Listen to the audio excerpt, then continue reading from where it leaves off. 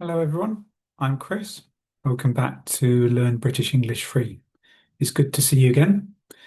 In this video, I'm going to be holding a discussion about social life and differences between China and England in the UK.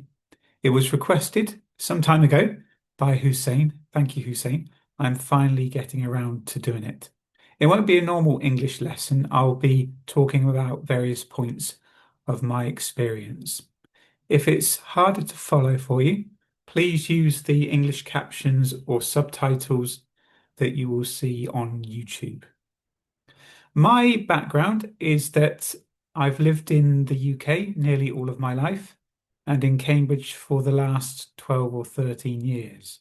However, I have spent more than 1 year living in China recently, as you may know.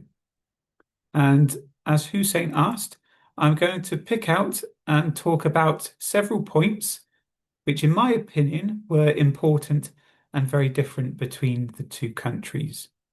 I'm speaking as a foreigner who worked there, so I had some advantages in that way, and that's worth thinking about as well. Please don't take it too seriously. It's my opinion, and I'm talking about the things that I thought were important. There will be many other things which other people would talk about, but I forgot or didn't think were important. I'm going to start now, and a very important one is food. I think a lot of people in the West don't appreciate how important food is in China and some other Asian countries. Food is very much the backbone of a lot of people's social life. If you go out with friends, go out for a day, the main activities they will plan is where to eat, what to eat, and they will want to eat a lot. Many Chinese are proud of their food and the diversity of it. It is really quite incredible. If you consider the different provinces in China, many provinces have their own cuisine. For example, in Europe, the different countries have their own cuisine. It's like that. If you go to the big shopping centers or malls in China, you will see many restaurants, and most of them are from different provinces. It's like seeing an Italian restaurant or a Chinese restaurant in England. The closing time of restaurants is much earlier, though. Many of them, not all, but many of them will close by 8 or 9 p.m. When I ask my friends about this, they say in China, a lot of people are conscious that it's not good to eat too late, and maybe they have fewer customers later. So many restaurants will be closed by 8 or 9 p.m. already. In the UK, that's not the case. They will often be open till 11 p.m., let's say. What about drinking alcohol? As far as I could tell, Chinese in general would drink less, and it would be less of a social thing to drink alcohol specifically. As you may know, in the UK, still, some people like to drink a lot with friends when they go out. Not everyone likes to do it, but many people do. In China, the alcohol seems to be reserved more for big meals, and I understand it can be quite popular in business meetings still, which is very different to the UK. However, some regions do have quite a heavy drinking culture still, or some provinces in China. I lived in the Dongbei area in Liaoning, Shenyang, and the friends that I had there at least didn't seem to drink too much. The prices and cost of living. If we compare directly from China to the UK in terms of accommodation, public transport, food, drink, eating out, these things, China is so much cheaper. It's almost incomparable. And therefore, when you're living there, it really makes a big difference. It's much better, makes you feel much happier. Therefore, the general prices and cost of living is so much lower, literally a fraction of the price. Public transport in China seem to be mostly much better in terms of infrastructure, supply, and price. If we compare the underground subway or metro in Shenyang, if we compare it to London, it was so much better. It's newer, it's cleaner, it always runs on time. I think that's the most amazing thing for me. It's always on time and it's so much cheaper. London is not quite the same. Despite the public transport, as far as I could tell, being much better in China in terms of supply and price, a lot of people still find it very important to own a car and to use it.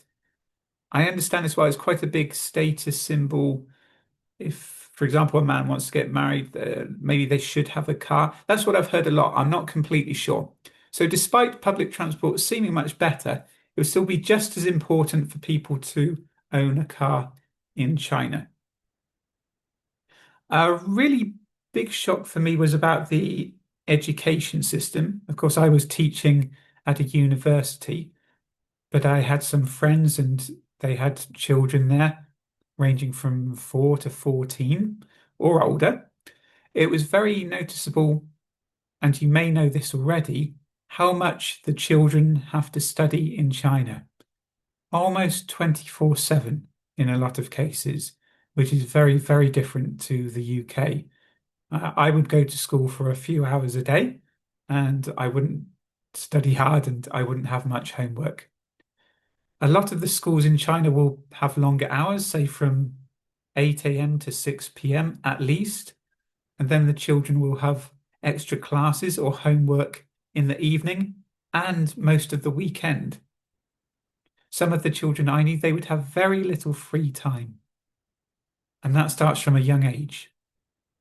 You probably heard about that before in China. And I found what I observed in talking to my friends with children is it was like that, or maybe even more so. That seemed unbelievable to me that children would need to study 7 days a week, nearly all day, every day. Sometimes they couldn't even sleep for the full 8 hours. They would need to study late and wake up early to go to school the next day. Quite amazing, I think. I wanted to talk about the use of phones. In many countries now, people using phones more and more is a worry for various reasons, especially younger people and children. I have to say, in China, it seemed even worse, quite extreme. The phone can be used for many things, especially for paying for items as well.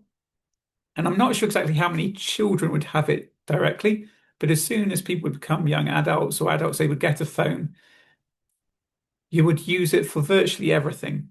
And therefore, it could be quite rare to see people walking around without the phone in their hand. And they would be used to using it when with people, with friends like that. So that was something which was not so comfortable and probably would be worse in the future. Other countries are similar or getting there, of course. But that was a very big thing that I noticed when I arrived. It's really quite amazing. It's hard to imagine. Finally, let's talk about language. When people travel to different countries, especially English speakers, many people will believe if I know some English or if I speak English, it's okay. I have to say and warn you, in China, it's not the case. Chinese and English as languages are so different, and understandably, it will be very unusual to find services or things in English. Aside from public transport, there's normally English translations there and maybe expensive international hotels. Most other places, and especially people, will probably not speak any English at all. If you go to many restaurants, there won't be an English translation or an English menu. Probably the staff won't speak English. That includes Shanghai, for example, the most international city. So please take care of that. About the language barrier and acceptance, though. So, as a foreigner with poor Chinese, I got better, but still I'm not good. The attitude towards me was different. I think the Chinese recognize how difficult speaking Chinese is, and they didn't expect it. They would normally be surprised if you could speak any Chinese at all. So it's a different attitude from what you might expect, even though it's hard to speak Chinese and maybe a lot of people don't know any at all. The Chinese are used to it, but also very polite and helpful. So they will always try their best to help you, in my experience. Maybe some cases no, but If you compare that to the UK, if you come here as a tourist and don't speak any English, you might not have a very easy time. In China, it's still difficult because you can't really do anything yourself, but the people don't mind and they will always try to help you no matter what. That concludes my thoughts on the differences in social life between China and the UK. Did I cover everything you were expecting? Please tell me, write a comment. What other questions do you have? Maybe I could help. If you wanted to share some experiences of the UK or China or other countries, social differences between them, please do. This is for Learn British English Free. I'll be posting more lessons on YouTube soon, including pronunciation lessons about popular names in the coming weeks. So please subscribe or check back soon to see those. It's been a pleasure doing this talk for you. Thanks again to Huseyn for the suggestion. I will be back soon for more. So thank you, everyone. Do take care. I will see you next time. Bye bye.